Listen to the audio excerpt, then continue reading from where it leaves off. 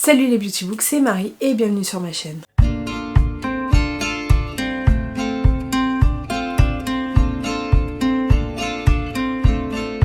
J'espère que vous allez bien, je vous fais une nouvelle vidéo pour vous faire ma pile à lire à fin juin.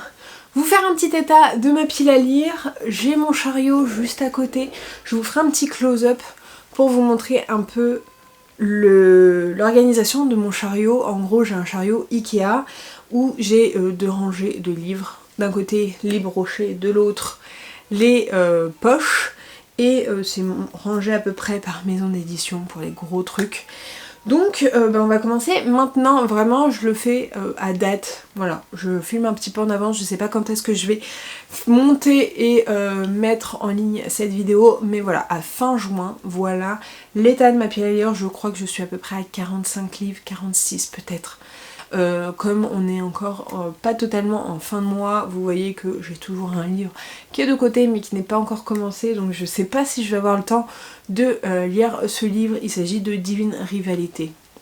Donc voilà, en fonction de si j'ai réussir à le lire ou pas, ça fera plus 1 ou moins 1. Mais on va commencer maintenant puisque j'ai pas énormément de temps, énormément de batterie. Je vais les sortir petit à petit, mais je vais pas vous faire un énorme résumé parce qu'il y a quand même plus de 40 livres, donc voilà. On commence tout d'abord par ma collection des Hurlevents que j'ai. Donc j'avais reçu par erreur, mais c'est pas très grave, le quart singulier de Emily Davis de S.A. Irmond. C'est leur première parution dans la maison d'édition et il me tente trop. C'est un gros pavé, c'est un peu dans l'esprit Dark Academia, donc je lirai en septembre. Il est déjà plus ou moins programmé. Il y a également La prisonnière de l'hiver russe de Shannon Malka qui me faisait énormément envie. Je crois que c'est la première précommande que j'ai faite, oui, puisqu'il est dédicacé, et on est à Saint-Pétersbourg au moment des Romanov, etc.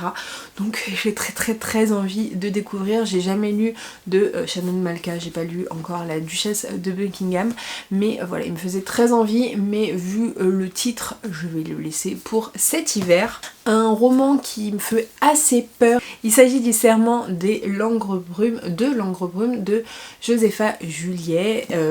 Là on est un peu dans une forêt un peu mystique où il se passe pas mal de choses. Apparemment ça sort un petit peu de leur zone de confort.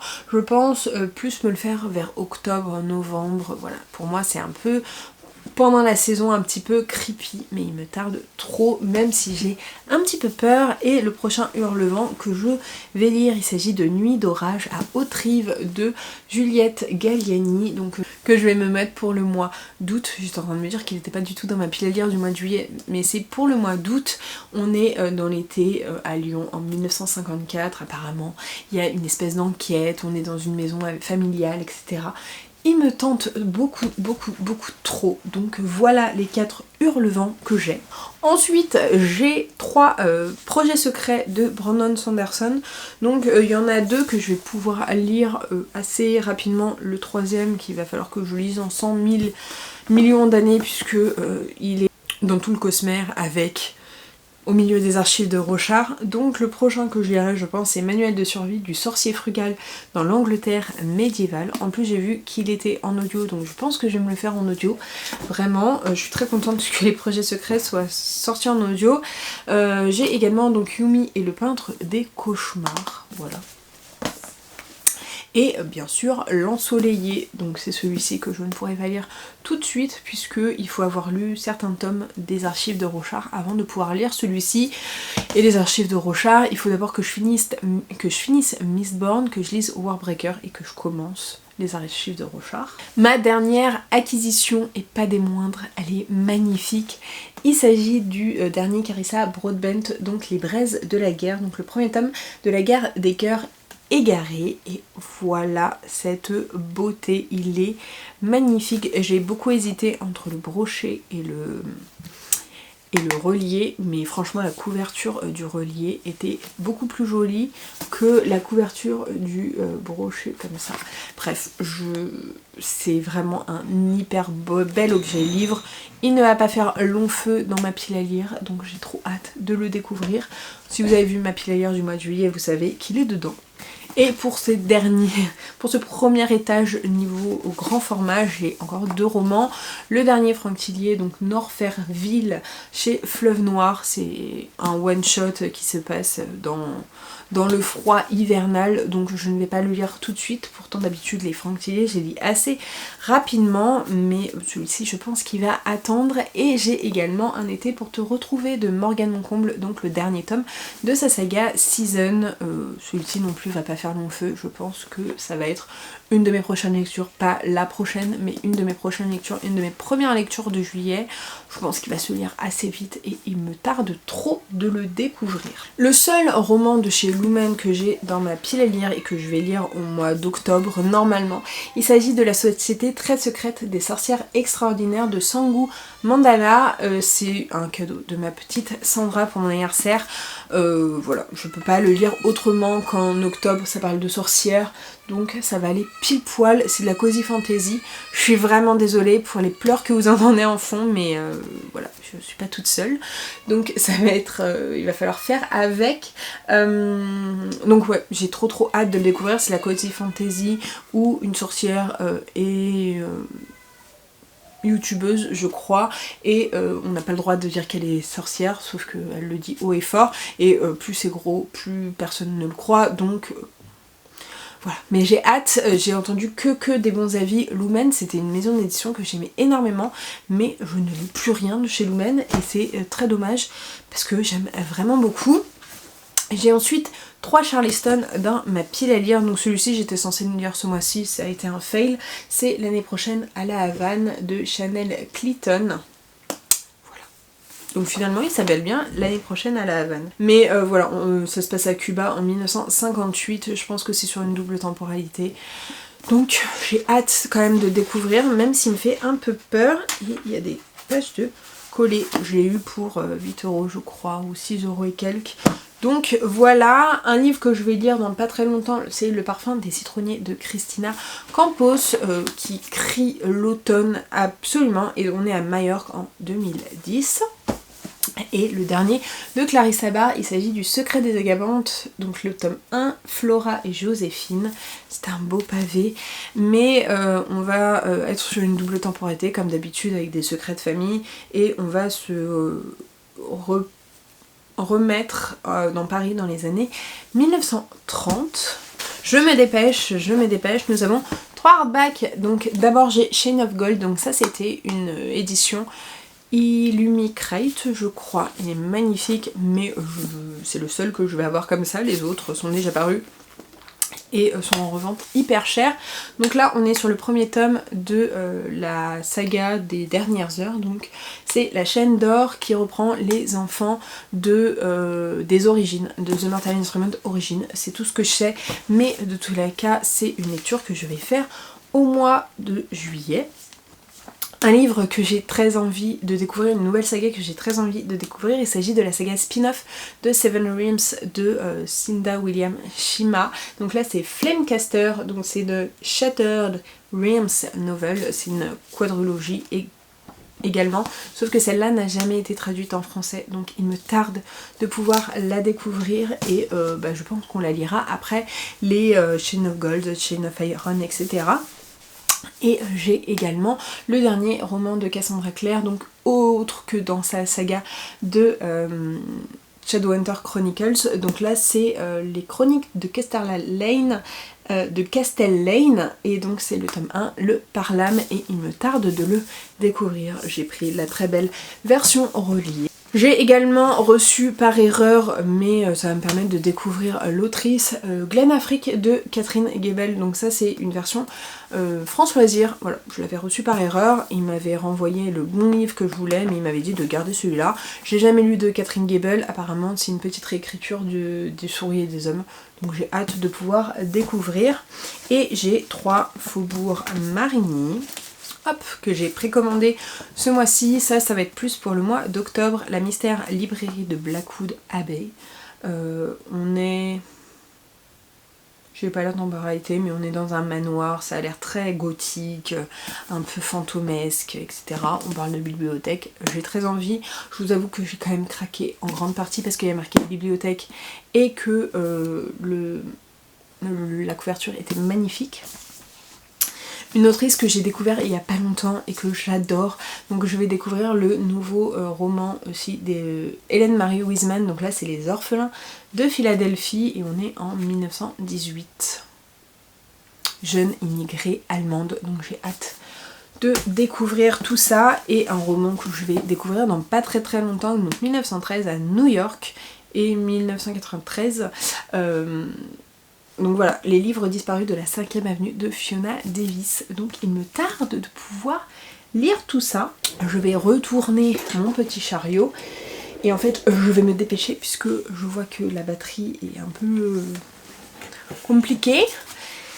Donc on passe au semi-poche, semi-brochet. J'ai le premier tome d'une nouvelle saga de romance, enfin une saga de romance de Jennifer Lamont que je n'ai pas lu, donc c'est Ombre et Mystère, donc là c'est le tome 1 envoûté. J'ai très envie de découvrir cette saga. Je vais voir ce que ça va donner. J'ai que le tome 1 pour l'instant, mais Jennifer Lamont j'avais adoré Jeu de patience, donc on verra bien ce que ça donnait. J'ai également The Jenny Kay de Bethany Atazadeh, donc c'est le tome 2 de The Stolen Kingdom. J'avais lu le tome 1, c'était une réécriture de conte sur Aladdin, et là on est sur La Petite Sirène je crois. Oui c'est ça. J'ai hâte de pouvoir découvrir, mais en fait je me souviens plus du tout du tome 1 et ça fait très longtemps que j'ai pas lu en anglais aussi. Enfin je m'y suis remise, mais il faut vraiment que je le lise celui-ci, il est assez court. C'est une réécriture un peu romance fantasy, donc pourquoi pas. Et j'ai également Warbreaker de Brandon Sanderson, mais pour pouvoir lire celui-là, d'ailleurs j'ai un marque-page. Pour pouvoir lire celui-là, j'aimerais d'abord terminer la trilogie de Mistborn. Donc voilà pour ça, mais je n'ai pas Mistborn dans ma pile à lire. On passe aux poches, et donc là on passe un peu à la romance, contemporain, historique, bref. Ma belle-mère m'a prêté, mais je l'ai pas rajouté dans ma pile à lire, mais bon, voilà, je vous le présente, À tout jamais de Colleen Hoover, donc c'est la suite de Jamais plus. Je suis pas encore prête à le lire, Jamais plus, ça avait été un énorme coup de cœur, mon premier Colleen Hoover, et il m'avait dévasté, vraiment, je ne sais pas si je veux avoir une suite. Elle me l'a mise dans ma valise, en me disant voilà c'est tout, je te le mets dans ta valise, il faut que tu le lises, donc je pense que je vais finir par le lire, mais c'est pas du tout ma priorité, donc du coup je l'ai même pas rajouté dans ma pile à lire.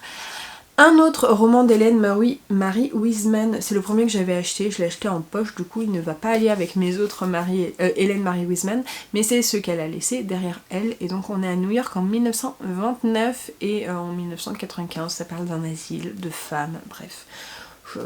J'ai hâte de découvrir un autre de ces romans parce que vraiment le premier ça avait été un énorme coup de cœur, une très belle histoire. Et j'ai de Lucinda Riley, donc j'ai le tome 7 des 7 sœurs, donc la sœur disparue de Lucinda Riley. Je vous ai fait un résumé il n'y a pas longtemps puisque je veux le lire au mois de juillet, et j'ai La Maison de l'Orchidée de Lucinda Riley, et je ne sais absolument pas de quoi ça parle.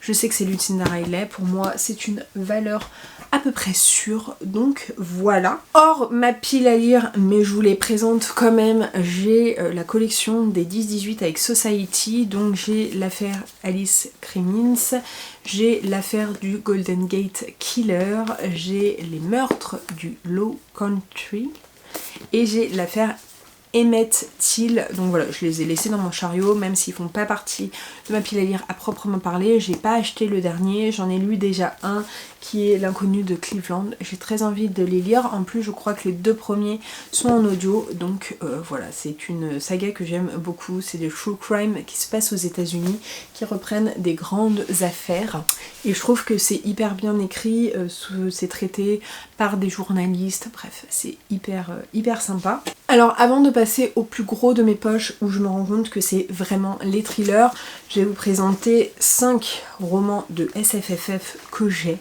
Il y en a certains, je me demande si je vais les garder dans ma petite pile à lire mais voilà. J'ai Codex Alera, le tome 1, donc Les Furies de Calderon de Jim Butcher, où on va suivre des Pokémon romains, voilà, un moment romain. J'avais commencé, j'avais pas trop accroché, j'ai à peine lu le premier chapitre, mais c'était peut-être pas le moment où ça va pas me plaire du tout, donc je sais pas, je lui laisserai une deuxième chance, mais si je vois que j'accroche pas, je vais passer mon chemin. J'ai le 7e guerrier mage de Paul Béorn, Paul Béorn, j'avais adoré Calam.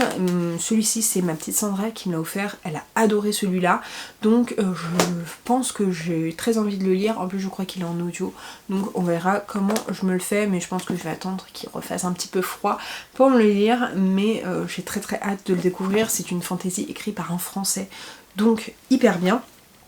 J'ai le tome 3 de l'épée de vérité que j'avais acheté en occasion d'une... Il est vraiment tout cassé, tout jaune, bref, c'est n'importe quoi. Mais il s'agit du sang de la déchirure. J'ai lu le tome 2 il n'y a pas si longtemps, donc je pense que le tome 3 ne va pas traîner. Un roman que j'ai acheté chez Gilbert il y a très longtemps, donc c'est Terminus de Tom Sweterlich.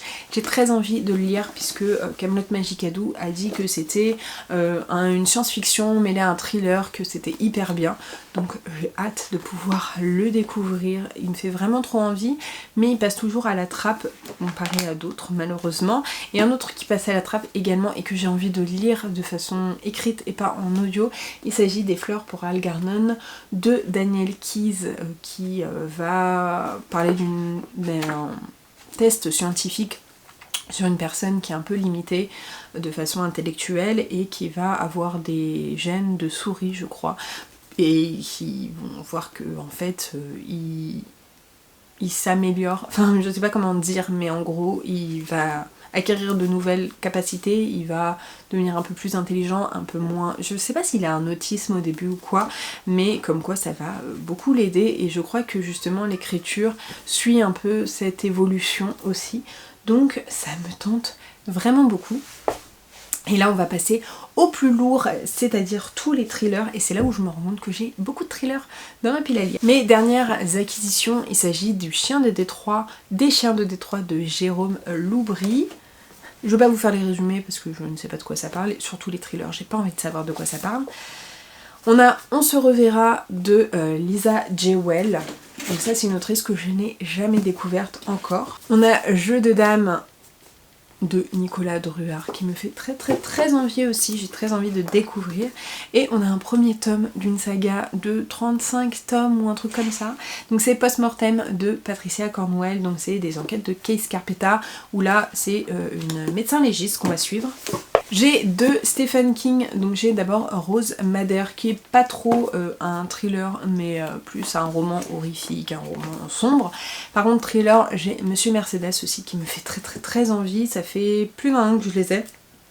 Mais Rose Madder j'ai envie de le lire plus en octobre, et Monsieur Mercedes il faudrait que je le sorte en audio je pense. Un roman que je vais pas tarder à sortir de ma pile à lire que j'avais acheté chez Easy Cash, il s'agit du Sceau de l'Ange. Oula, du Sceau de l'Ange de Lisa Garner cette fois-ci, c'est plus Lisa Jewell mais Lisa Garner, c'est le tome 3 des enquêtes de Tessa Leoni, le dernier tome. J'aime énormément Tessa Leoni, j'aime beaucoup ses enquêtes, j'ai adoré les deux premiers, celui-ci va être parfait je pense pour la saison estivale. Celui-ci me fait très peur, il est dédicacé mais c'est La part du démon de Mathieu de Serres, donc c'est le premier tome, je suis désolée pour le bruit, il y a les livres qui sont en train de se faire la malle. C'est le premier tome d'une trilogie qui fait beaucoup parler, on parle de religieuse là-dedans, donc voilà, j'ai un petit peu peur je vous avoue, mais il y a tellement des bons avis que je vois pas pourquoi j'ai peur en fait. Je pense que c'est le côté religion qui me fait un petit peu peur. Et j'ai le tome 2 de la trilogie du mal de Maxime Chatham, donc In Tenebris. Le préquel j'avais adoré, le premier tome j'avais un peu moins aimé, mais celui-ci apparemment est le meilleur, donc je suis très curieuse, je vais voir si ça passe ou ça casse. Et donc il me reste 4 romans puisque je me suis rendu compte qu'il y avait un livre que j'avais commencé en audio cette semaine, donc c'est Délivrance de Jussi, parce qu'apparemment on dit Jussi, de Jussi Alder Olsen. Et donc j'ai 4 romans à vous présenter, 3 que j'ai achetés à Noir-sur-Ormesson l'année passée, et donc le 4e vous allez voir. Donc on a Jeu de peau de Anouk Schutterberg, et je suis un peu dégoûtée parce qu'en fait j'ai l'impression... Voilà, Pocket c'est sympa, mais en fait je l'ai jamais lu, j'ai jamais utilisé, mais j'ai l'impression qu'il y a le film qui rend un peu le soft touch, etc., un peu mat et tout, qui est en train de se barrer. Donc bon, je suis pas très contente quand même. Ensuite, mon premier Jacques Sausset, ça sera Le Loupin. Voilà, c'est un qui m'avait conseillé, c'est un de celles one shot qu'il a, et j'avais rencontré Stéphane Gallas et j'ai très envie de lire Les Ombres de Salem, mais vu le titre je pense que je vais le lire en octobre, surtout que ces romans ont une touche de fantastique. Donc là je pense qu'on va parler un petit peu de sorcière, et donc j'ai le tome 4 des affaires du département V, donc là c'est le dossier 64 que je ne lirai que après délivrance, tout simplement, mais j'ai très envie de lire celui-ci d'ici la fin de l'année aussi, parce qu'il y a quand même 10 tomes sur cette saga, et donc j'ai pas envie de les laisser traîner. Donc voilà pour le bilan de ma pile à lire. Vous voyez que c'est quand même pas mal, j'en ai quand même beaucoup, mais j'ai quand même bien réduit, je suis passée en dessous des 50, donc déjà je suis très contente, j'aimerais bien encore continuer à réduire, j'ai quand même des envies livresques que j'ai envie d'assouvir quand même, mais je vais le faire petit à petit, et le but ça serait que d'ici la fin de l'année je sois à peu près à 30, que je passe sous les 40 vraiment, et voilà, donc n'hésitez pas à me dire si vous avez lu un de ces livres et qu'il faut absolument que je le sorte d'ici la fin de l'année. Essayez de me choisir aussi un livre que vous aimeriez bien que je lise avant la fin de l'année. Je vous laisse tout me dire dans les commentaires. N'hésitez pas comme d'habitude à liker la vidéo, à la commenter et à vous abonner. Je vous mets juste ici pour vous abonner, ici ma dernière vidéo. Et en attendant une prochaine vidéo, je vous fais de très gros bisous et je vous dis à très bientôt. Ciao!